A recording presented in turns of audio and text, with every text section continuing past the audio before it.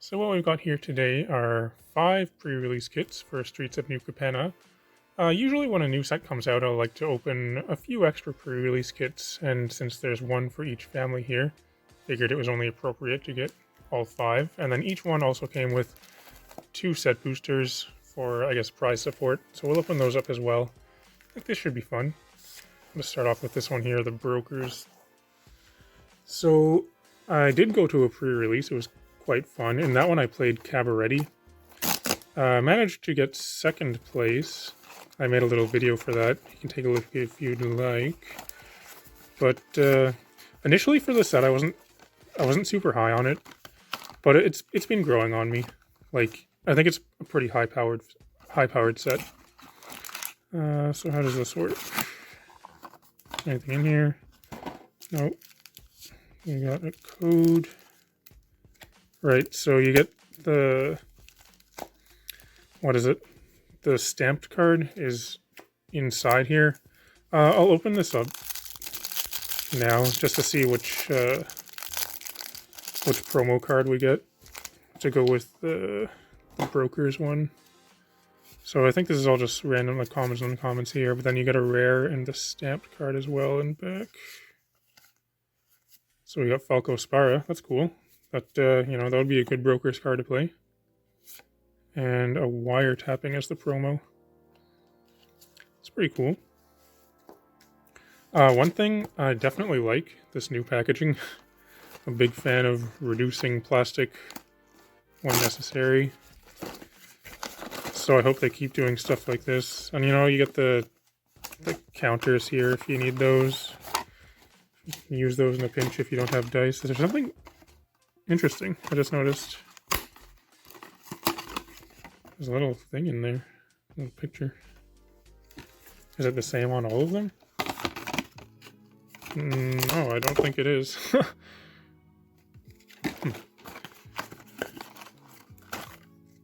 We'll take a look at the other ones then, as those come out.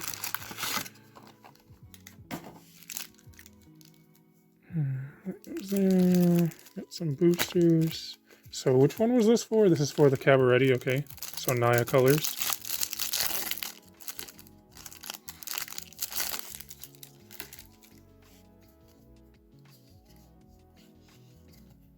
We got Cabaretti Charm, sure. I see a good card there. So we got Devilish Adversary and then a pre-release promo of Nixilis, which is currently the most valuable card in this set. That's pretty sweet. Maybe what would be better, because usually when I open up a bunch of pre-release kits, I'll just open them up and then open all the packs up. But since it goes with each family this time, it might be cool to open up them as if we were doing a pre-release just to see what we would get. So we'll pause on opening these. I'll set these to the side and let's finish opening up this this Brokers one here.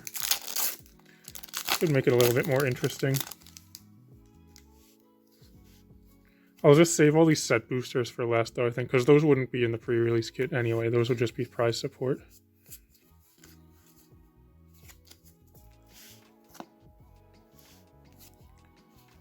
So we got Incandescent Aria there.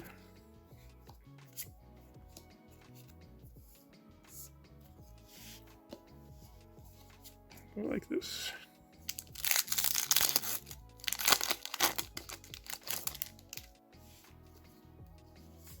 Got something interesting. Hopefully that's a Triome. Even though it's not called a Triome. Topiary Stomper. Oh, that's awesome. I was looking for this exact card because I need this for my Gishath deck. Too bad it's not foil. Ideally, like the best one out you can get for this would be the, the foil, this version, but still nice to get the extended art there. That's one you can play in a Brokers deck.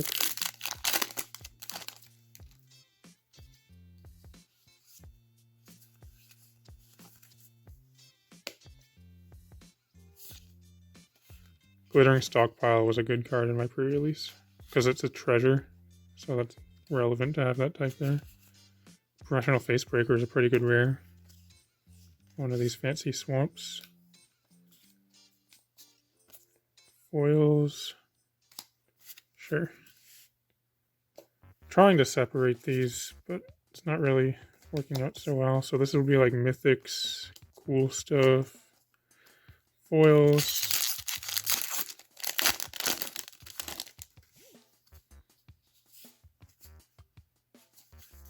Citizen's Crowbar. I think that's a pretty good card for limited. Sator's Envoy. This is a pretty decent card too, actually. I think that is constructed playable.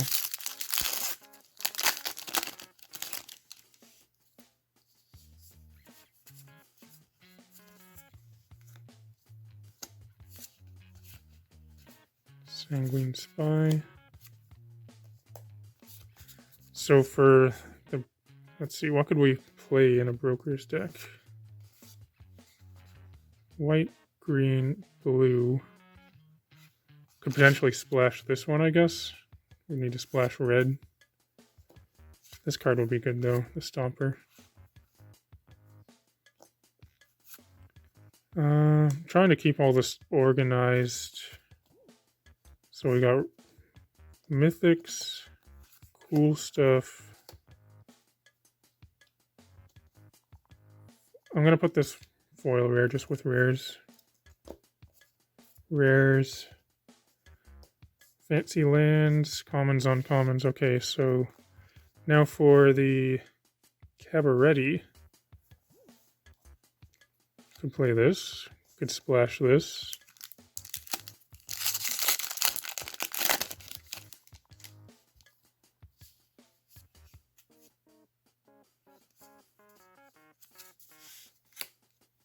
Let's see. Elspeth Resplendent. Okay, could play that. There's another good mythic there.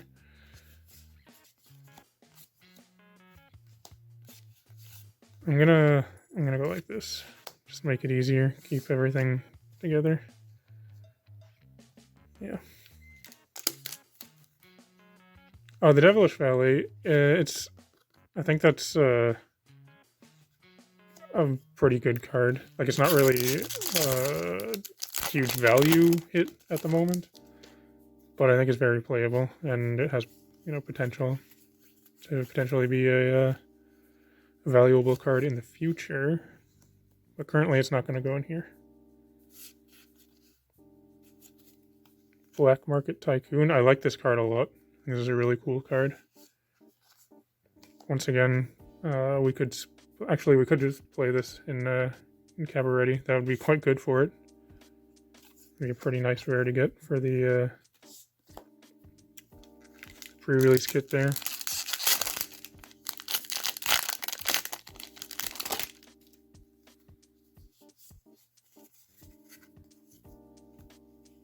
An offer you can't refuse. That's a good uncommon. That's the valuable uncommon for the set at the moment. Another Topiary Stomper. Nice. Don't know the value on that one actually, but I feel like it's gotta be something. Like, it's a very playable card. I'll put it in the cool stuff for now.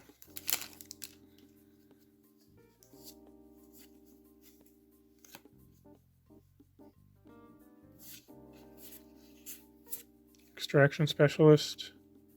Not bad. Not great though.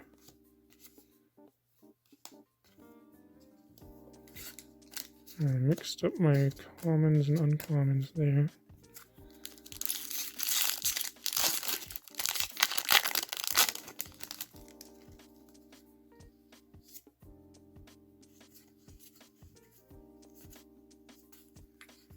Alright. Jetmir's Garden. Nice. That is perfect for the Cabaretti deck. And that's definitely going to go in the cool stuff. It's a pretty good hit there. So that looks like it would have been a pretty playable pool. This is all the stuff from the seeded pack. I'll just put the commons and uncommons in here. I think I have the other seeded pack, yeah. Let's put those all together also. Alright. Make some room.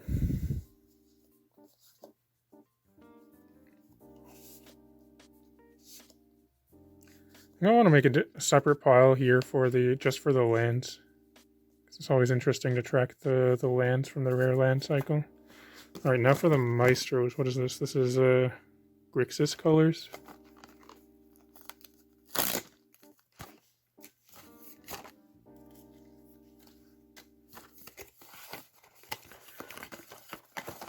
Also need to take a look inside the box, see what that little art piece is. Things like that.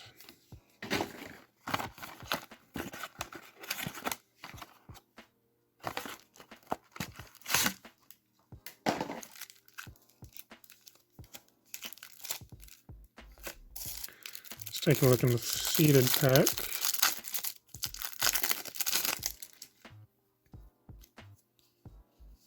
Another Topiary Stomper. Okay.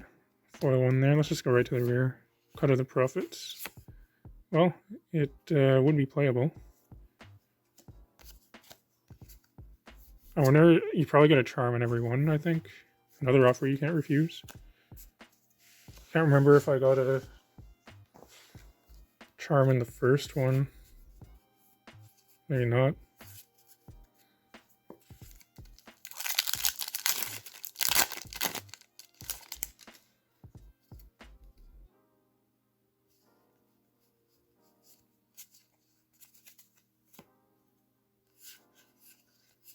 Broker's Ascendancy, that's a very good card.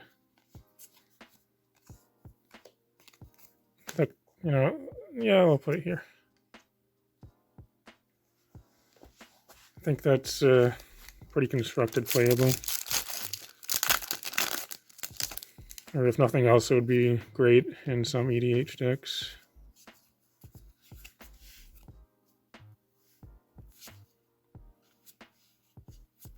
Sanguine Spy and Obscura Ascendancy in foil. Pretty neat. I think that's maybe not a great Ascendancy. This one goes here.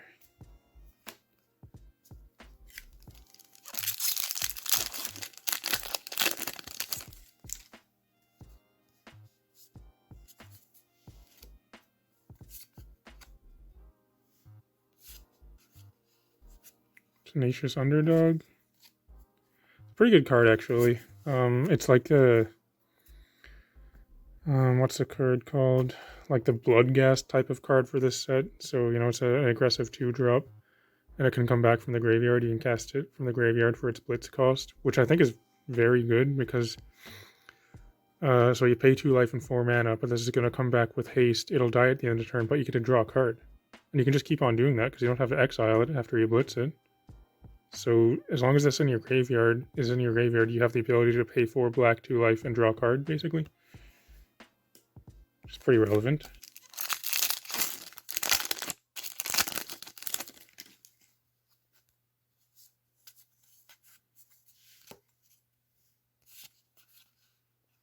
Halo Fountain. What does this do? White tap, untap a tapped creature you control. Create a 1/1 green and white citizen creature token. 2 white, tap, untap 2 tap creatures you control, draw a card. Tap, untap, tap your tap. Right? 5 white, tap, untap 15 tap creatures you control, you win the game. That was a fun video. Anyway, though, pretty cool mythic. It's actually one of the valuable ones at the moment. And that would definitely go in a... we're looking for Grixis colors, so couldn't play that in the pre-release, but it would be worth splashing for potential. Maybe not. You'd only be able to use the first ability, really, if you're going to splash it.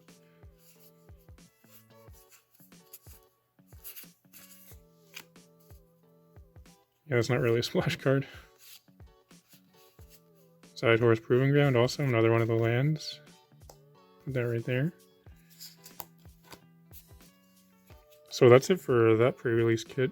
Not so great on the... For playability, not so great on the rares. These are in color, so maybe not so bad, actually. But it was definitely a good one in terms of value. Let's go with Obscura.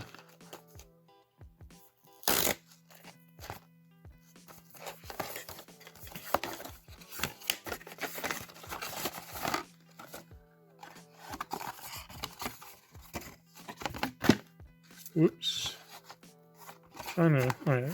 Okay, so that's what that one looks like inside.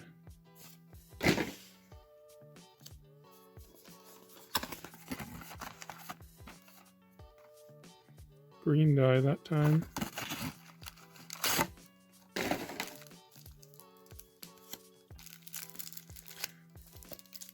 So 2 lands out of 3 pre-release kits so far. And we're at what, 4 mythics?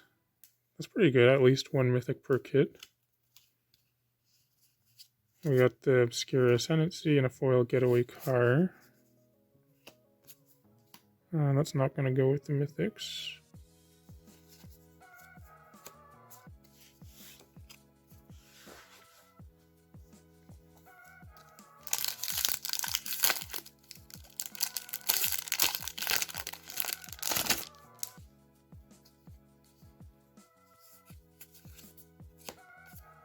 Koiza. What does that do? Whenever you draw a card. Oh, that thing.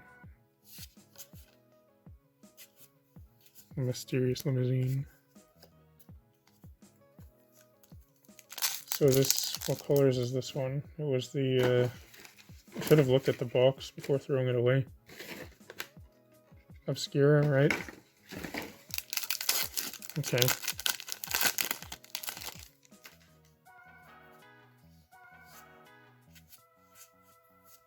Alright, a 4th Topiary Stomper. Sure. And a foil rare there, Pack Heights Pegasus. That's an awesome card, Pack Heights Pegasus. Very aggressive. Like a super push 2-drop.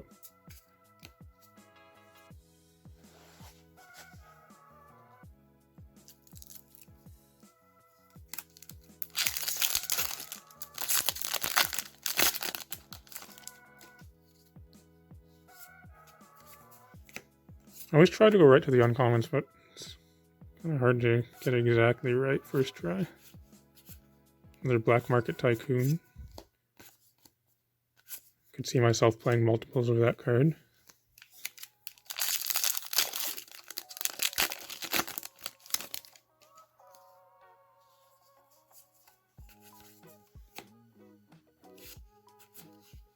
Another Halo Fountain.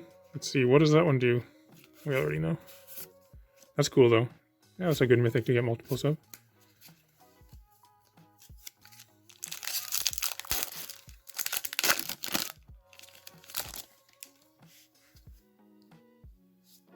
Rocco.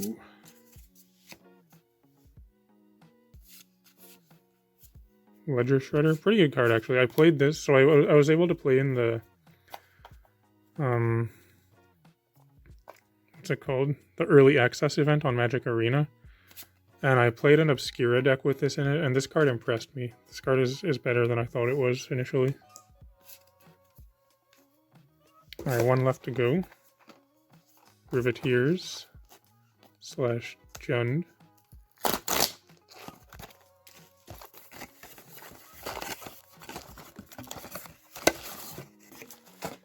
What does this one look like on the inside? It's the boxing ring.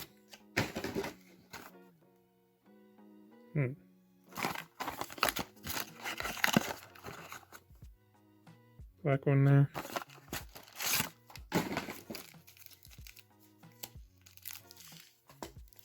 Got a rogue token.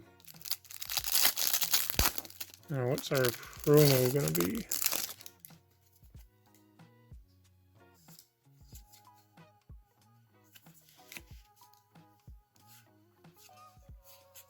Ognis and Soul of Emancipation. So, what does that do? Okay, this one interests me more though, this Ognis. I think this card is really cool because you can, so for this cycle of creatures, you can play them as monocolored creatures because you can pay 1 red for this if you want. And this one's pretty interesting to me because I'm a big fan of mono red cards / big red cards, those kind of things, but 3/3 haste for 4 is not great, but whenever a creature you control with haste attacks, you create a tapped treasure token. So you could build like haste tribal with this potentially. And this doesn't say 1 or more. So if you have say 3 creatures with haste, you'll get 3 treasures. which can be pretty big.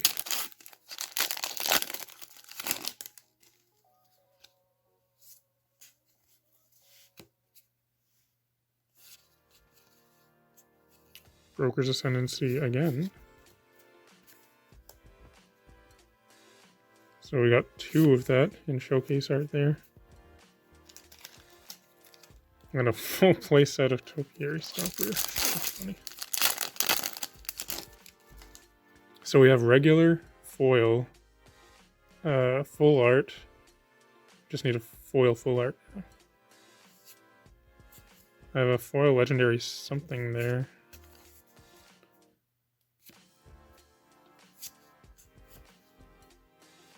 There's another Ognis and a foil errant street artist. All right.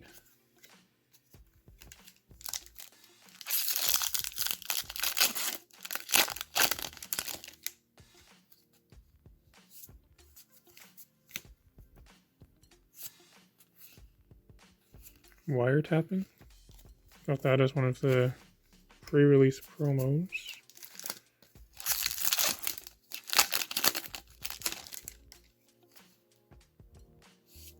Got some cool there. And I also kind of spoiled the foil. Okay. Foil Broker's Charm and a 5th Topiary Stomper. We'll put that with its matching one right there. You know, it's a good thing that I like this card. Because we got 5. Can we get 6?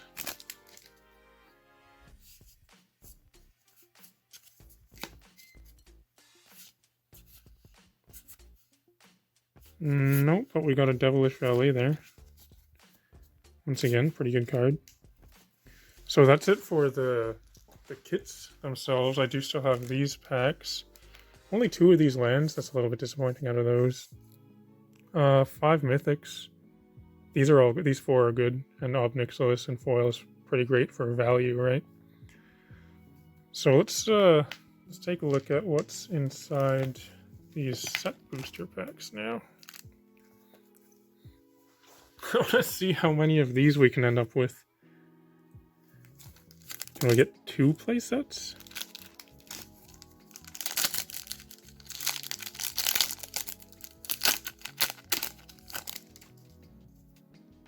Right.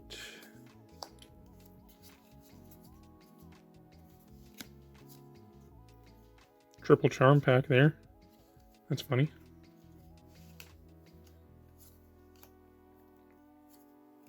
Cut of the Prophets and foil showcase art, Mr. Orfeo. Alright, there's the list. Speaker of the Heavens. That's not a bad card. We'll put some list cards over here.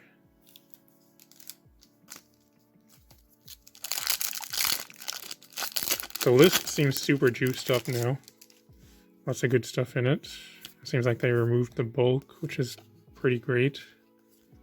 Thanks, Wizards, for doing that.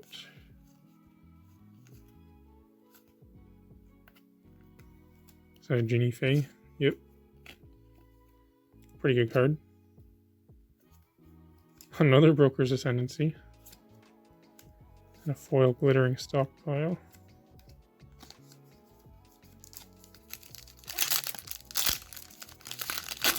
It'd be pretty great to get one of these lands in the foil alternate art.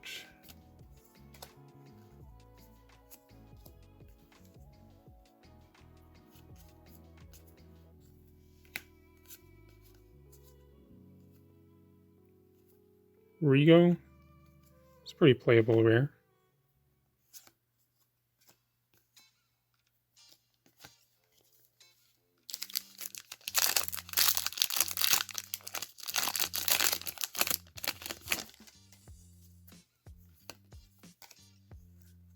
Got a decent amount of these fancy lands over here.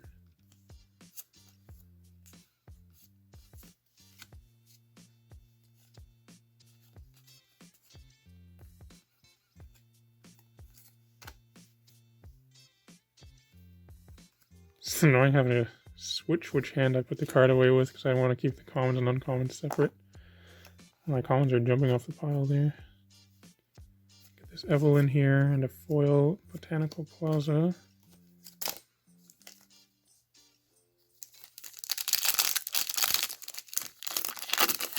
I feel like we haven't seen a mythic in a little while.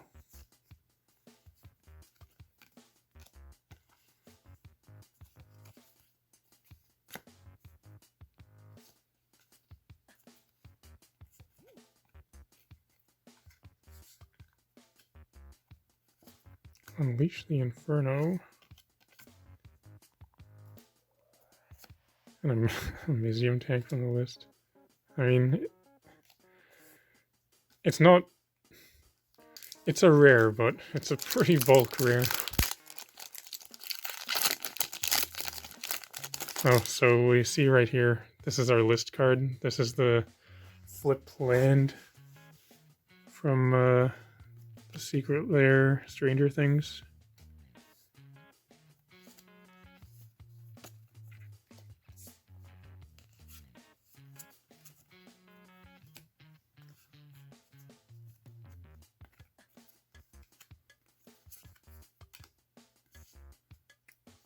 Another Pack Heights Pegasus there.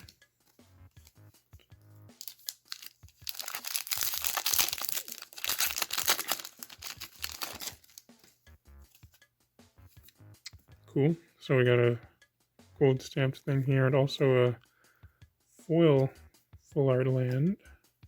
Looks pretty nice.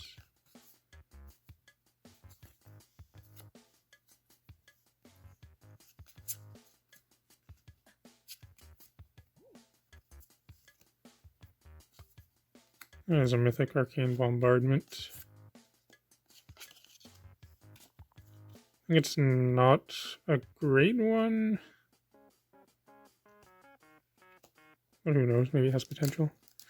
I also remembered that you can get gilded foils in set boosters. I think you can get them in any booster, potentially. But I wonder if we can get a gilded foil. There are regular foil planes there. It looks like we have a list card in this pack.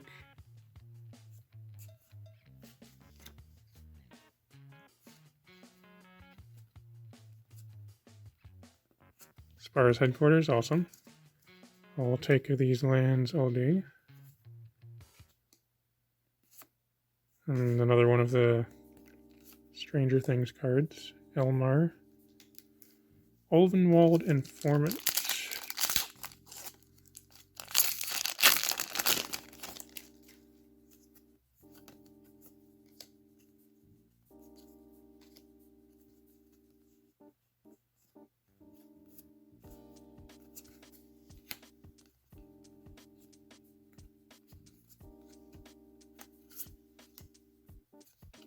A Cabaretti Ascendancy, a backup agent.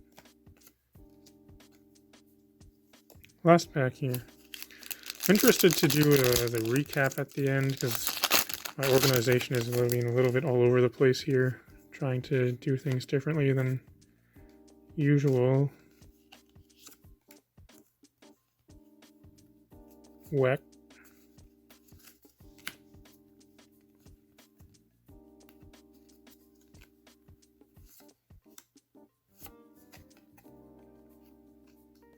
The Sanguine Spy, and a Backstreet Bruiser.